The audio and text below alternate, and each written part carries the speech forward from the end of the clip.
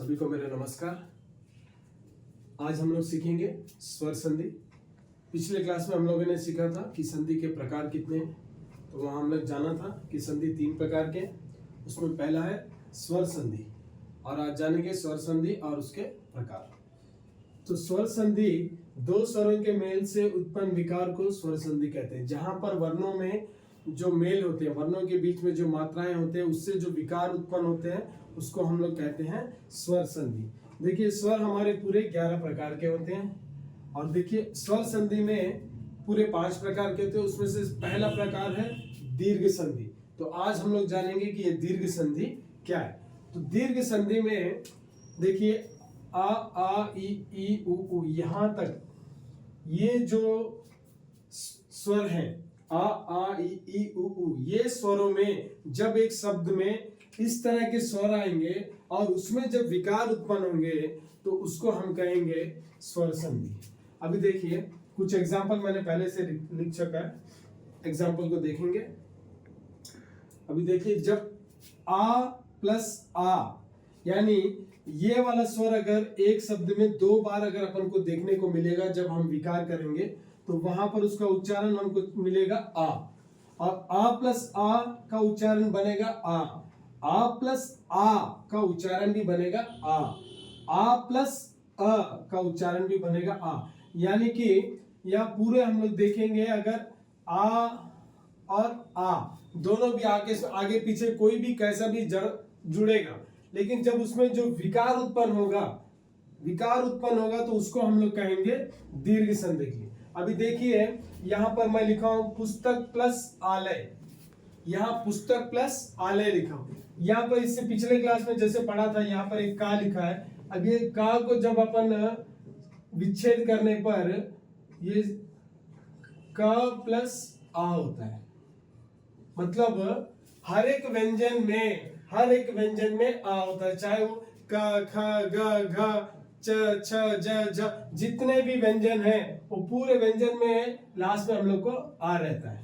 तो अभी यहाँ पर हमको मिल गया आ और यहाँ का पहला अक्षर आ। देखिए ये हो गया आ प्लस आ, इधर आ है इधर प्लस आ, ये वाला संधि हमको मिल गया आ प्लस आ। तो ये क्या हो गया, यहाँ पुस्तक लिखा हुआ है, यहाँ पर आलय लिखा है। तो पुस्तक और आलय को जोड़ने पर क्या होता है, पुस्तकालय। पुस्तक और आलय को जोड़ने पर होता है पुस्तकालय। यहाँ जो आ की मात्रा दिया गया है इससे हमारा विकार उत्पन्न हो गया, क्योंकि दोनों का एक अर्थ निकल गया और उसके बाद यहां से हमको आ मिला, यहां से आ की मात्रा, तो ये हो गया दीर्घ संधि। अब दूसरे देखिए चर प्लस अचर। ये चर में रा है, रा मीन्स अब ये हो गया रा हलंत प्लस आ। तो यहाँ रा में भी अपन व्यंजन है, आ मिल गया, यहाँ पर भी आ है, तो आ प्लस आगे आ हो गया। आ प्लस आ देखिए दीर्घ संधि में आ प्लस आ क्या हो गया, आ हो गया। तो इसीलिए चर प्लस अचर चराचर, आ की मात्रा। देखिए यहाँ जहां भी अब आपको आ की मात्रा दिखेगा और उसके आगे कोई व्यंजन लगा हुआ है तो इसका मतलब समझ जाना कि वो दीर्घ संधि है। उसी तरह आगे देखेंगे, देखिए महा प्लस आत्मा।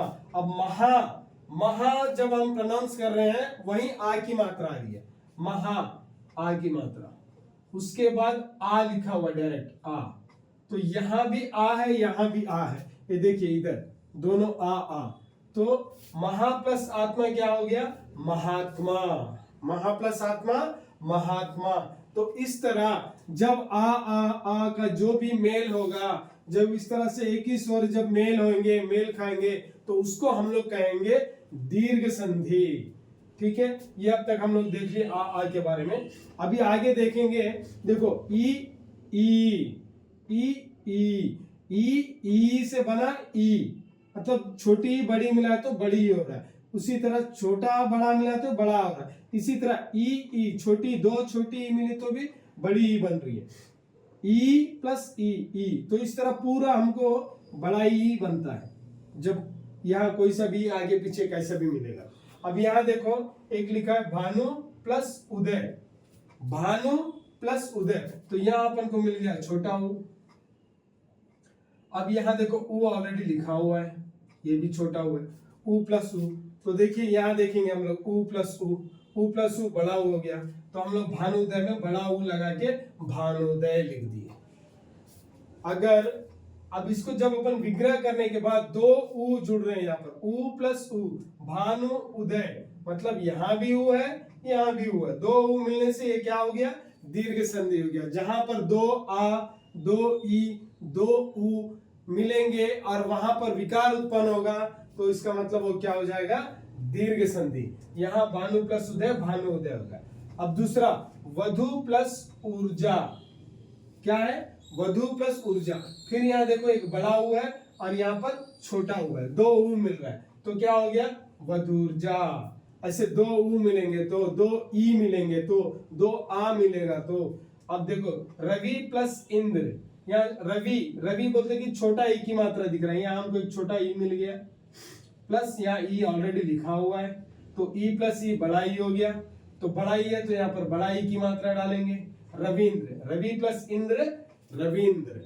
अब देखो कपि प्लस ईस, यहाँ कपि में ई मिल गया, यहाँ ई है तो ई प्लस ई अपने क्या हो गया, कपिस, बड़ा ई हो गया, ई प्लस ई क्या हो जाता है, बड़ा ई हो जाता है। तो यहाँ पर देखिए कपिस में मैं कौन सा लगाया, बड़ा ई लगाया, इस तरह कपिस। तो जहां भी दीर्घ संधि में अपन को आ ई उ इसका मेल हुए तो वहां पर अपन समझ जाना कि वो दीर्घ संधि है। आइए और इसको मैं आपको याद करने के माध्यम से बताऊंगा। आइए देखिए इसको, और अभी आप लोग का अभी जो मैं बताया था कि कैसे अपन संधि बनाए, इसमें अभी आपको याद रहने के लिए संधि देखिए, दीर्घ संधि में सिर्फ आ ई और उ ये तीन का ही यहाँ पर अपन प्रयोग लेते हैं। जहां भी किसी भी शब्द में अगर आपको बड़ा आ यानी आ की मात्रा, ई उ, बड़ा आ बड़ा ई बड़ा उ दिख गया, इसका मतलब समझ जाना है कि वहां पर दीर्घ संधि का उपयोग हुआ है। और उसके बाद ये याद रखने के लिए एक बात बताता हूं मैं, जैसे कि यहाँ पर अभी लिखा है आ ई यू। अगर आप एक छोटा बच्चा गलती करता है तो उसके पिताजी अब उसको मारेंगे क्योंकि वो गलती किया। तो जब गलती करने पर जब स्टिक से अगर उसके पिताजी जब बच्चे को मारेंगे, जब पहला ऐसे एक छड़ी से मारने के बाद सबसे पहले साउंड क्या निकलेगा, आवाज आ, सबसे पहले क्या आवाज निकलेगा, आ। उसके बाद फिर एक बार मतलब ई, तो पहले बच्चा बोलेगा आ फिर बच्चा बोलेगा ई, और अगर उसके पिताजी तीसरे बार मारते हैं तो उसका आवाज निकलेगा ऊ, क्या निकलेगा, ऊ। तो इसी तरह आ ई ऊ, जब यह तीन शब्द निकलते हैं, जब यह तीन शब्द निकलते वो हमारा होता है दीर्घ संधि। तो इस तरह आप लोग पकड़िए, यह है हमारा दीर्घ संधि।